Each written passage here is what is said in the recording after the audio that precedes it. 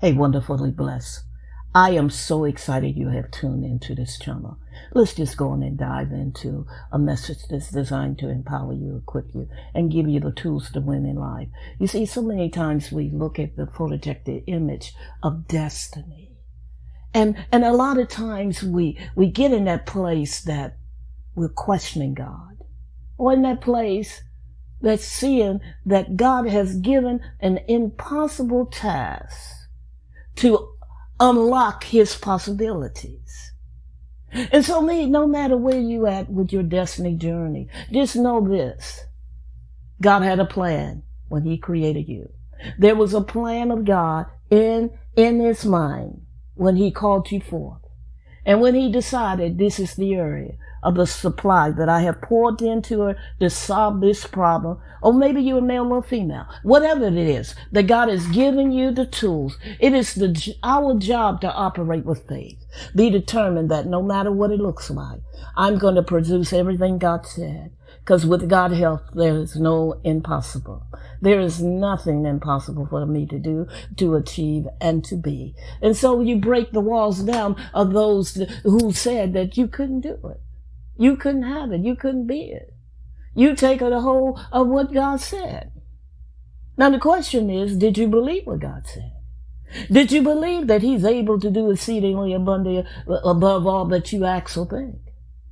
Do you believe that there is nothing impossible, but only believe? Maybe you're in a place and say, that's a hard thing to do. It's hard because you put it in your mind that it's hard. Because you can do all things with Christ. Because he's the one that strengthens you. He's the one that gives you hope, healing, and a cure. He's the one that set the stage for the greatest outpouring of his love, the greatest outpouring of his grace, the greatest outpouring of his plan. So you don't have to run backwards and forward. You just take hold of what God said. You take hold of what he has announced unto you as the reality for your life, and you go with his help. You take hold of it. You run with it. You don't run from it, you run with it. You see, a lot of times we try to run from what God has said, and we get in the place we between a rock and a hard place. A matter of fact, we end up finding ourselves in the place that we in the valley of decisions.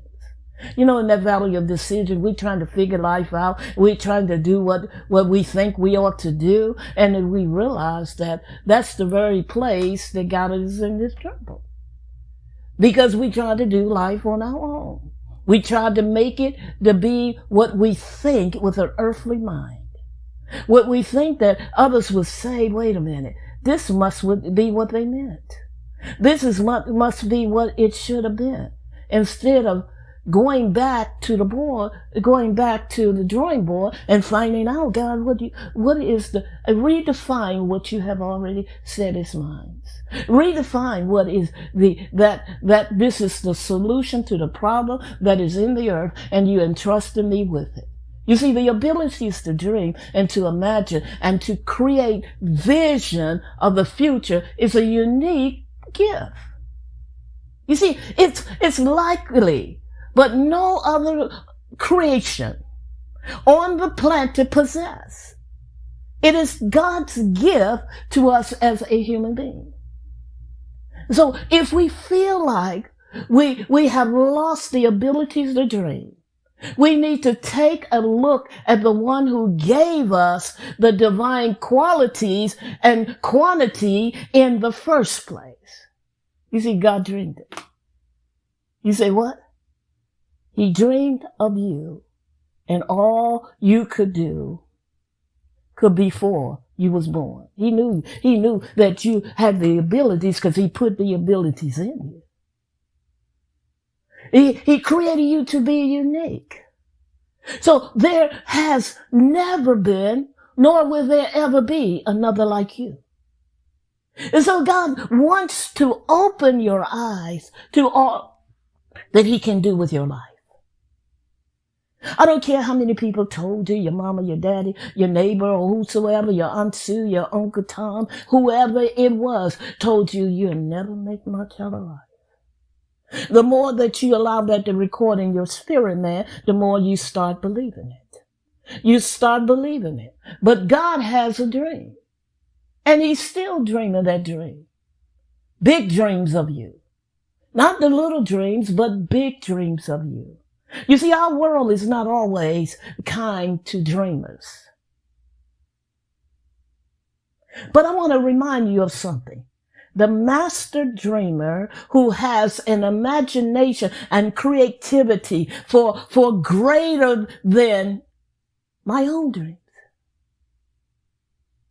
He is still dreaming. He's dreaming of me and all that I can be with his help. And there's no partiality with God. You see, what he does for one, he'll do for another. So my question to you, are you really ready to plug into the plan of God for your life? Are you really ready to take hold of what the Father has willed for your life? Or you sit there and you'll wonder and you'll question and life will just pass you by and you said, I wish I had jumped into it. And you said, Apostle, what are you talking about jump into? Jumping into the river of purpose, the river of passion, and the river of his power. Because you cannot do it alone. Jeremiah 29 verse 11, it tells us very clearly that I know the thoughts that I think towards you, said the Lord. Thoughts of peace and not evil, and give you a future and a hope. You have a future. You have a future. And that future looked big and it looked wonderful. It looked so good. But I'm coming to encourage you. You can rise again. I don't care how many challenges and how many situations, how many doors have been shut in your face, how many folks that you never could do it, you won't do it, and you don't have the equipment, you don't have the ability, and you don't have the supply. See, all they could see is what they see in the natural realm. And God has taken us to a higher dimension. In other words, when we respond to faith and we respond to the plan of God, what happens? We write the ticket to greatness. Have you ever felt like life was kept you into a holding cell or a pattern? Like greatness is out of reach. Reserve it for someone else. And you take hold of that because of the echoes that you have been spoken over your life. The truth is that God has placed within you an authority, a vision, and faith to step into your next level. But here's the kicker. You have to write it, you have to speak it, you have to believe it before you can see it. You see, in Mark the 5th chapter, verse 28, the woman with the issue of blood said within herself, if I may but touch his garment, I shall be whole. Notice this. She wrote her own ticket to greatness. She set the term with her faith, and heaven backed it up. Jesus himself confirmed it by saying, daughter, your faith had made you whole. Your ticket is not written by circumstances. It is not written by the economy. It is not written by the past mistakes you made. Your ticket is written by your faith and is aligned with God's promises. So here's what you need to do. You need to write it down. You need to put it on paper what greatness look like in your life, spiritually, financially, relationally, and in your purpose. Second thing, you got to speak it daily. Your words create your world. Every day declare what God said about you. And the third one, take a step. The woman with the issue of blood didn't just think about it. Talk to me, somebody. She pressed through the crowd, and faith always moved. I want you to hear this clearly. You are not waiting on heaven. Heaven is waiting on you to write the ticket.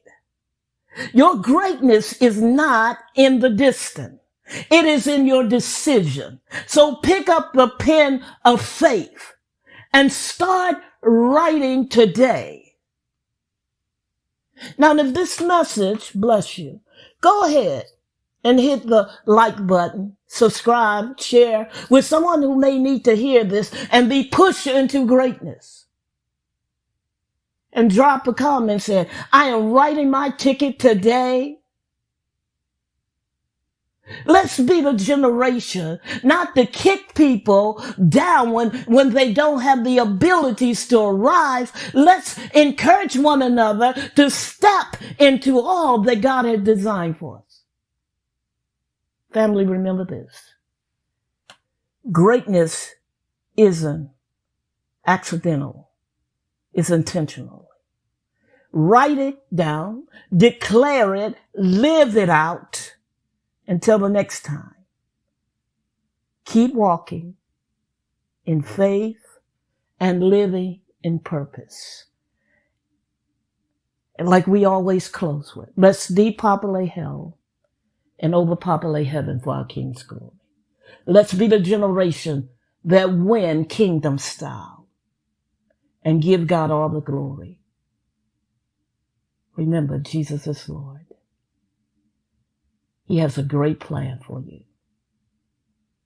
You see, we can do two things. We could be like Isaiah and say, here I am, my Lord, send me. Or we could be looking over the fence of what somebody else is doing and saying, Lord, why should that should be me? You know, last time you rode down the car and Jaguar just flew past you, you said, they don't need that, but I should have it. You could have it and they could have it too. Let's break the walls down of that negativity thinking and negativity, having faith into those negative things, and just concentrate on Him and His plan and watch the glory of God do wonders in your life from the inside out. You are loved and you are highly favored. You are highly favored by God. And know this. You are listening to this episode because God loves you. Not only that, He has a plan for you. And the enemy has tried to do everything in his power to stop you from living a life of fulfillment. A life that is producing the prophetic plans of God before time was time. In other words, before your mama and your daddy decide that we're going to have some children. God had a plan for you. And not only that, I want you to hear me clear. While in heaven, you cried aloud to fulfill your destiny. And every stumbling block upon you arriving in the earth try to block you. And I say enough is enough. You will achieve your assignment. And I speak greatness over you. So get up, rise, take back what the devil has stolen, and declare, greater is He that is in you than he that is in the world. And you are going to win intentionally. Shalom, shalom. Let us hear some comments. Give us some comments. That I am writing my story of greatness right now. Not next week, not next year, not when in the by and by. Because I'm determined to hear those words. Well done, thy good and faithful servant. Hallelujah. I bless you in the name of the Lord. Get up and take hold of every promise, every prophetic decree, and every supply of God that has been given to you to take hold of on this earth walk. Let's make the earth better than it was when we got here. Shalom, shalom.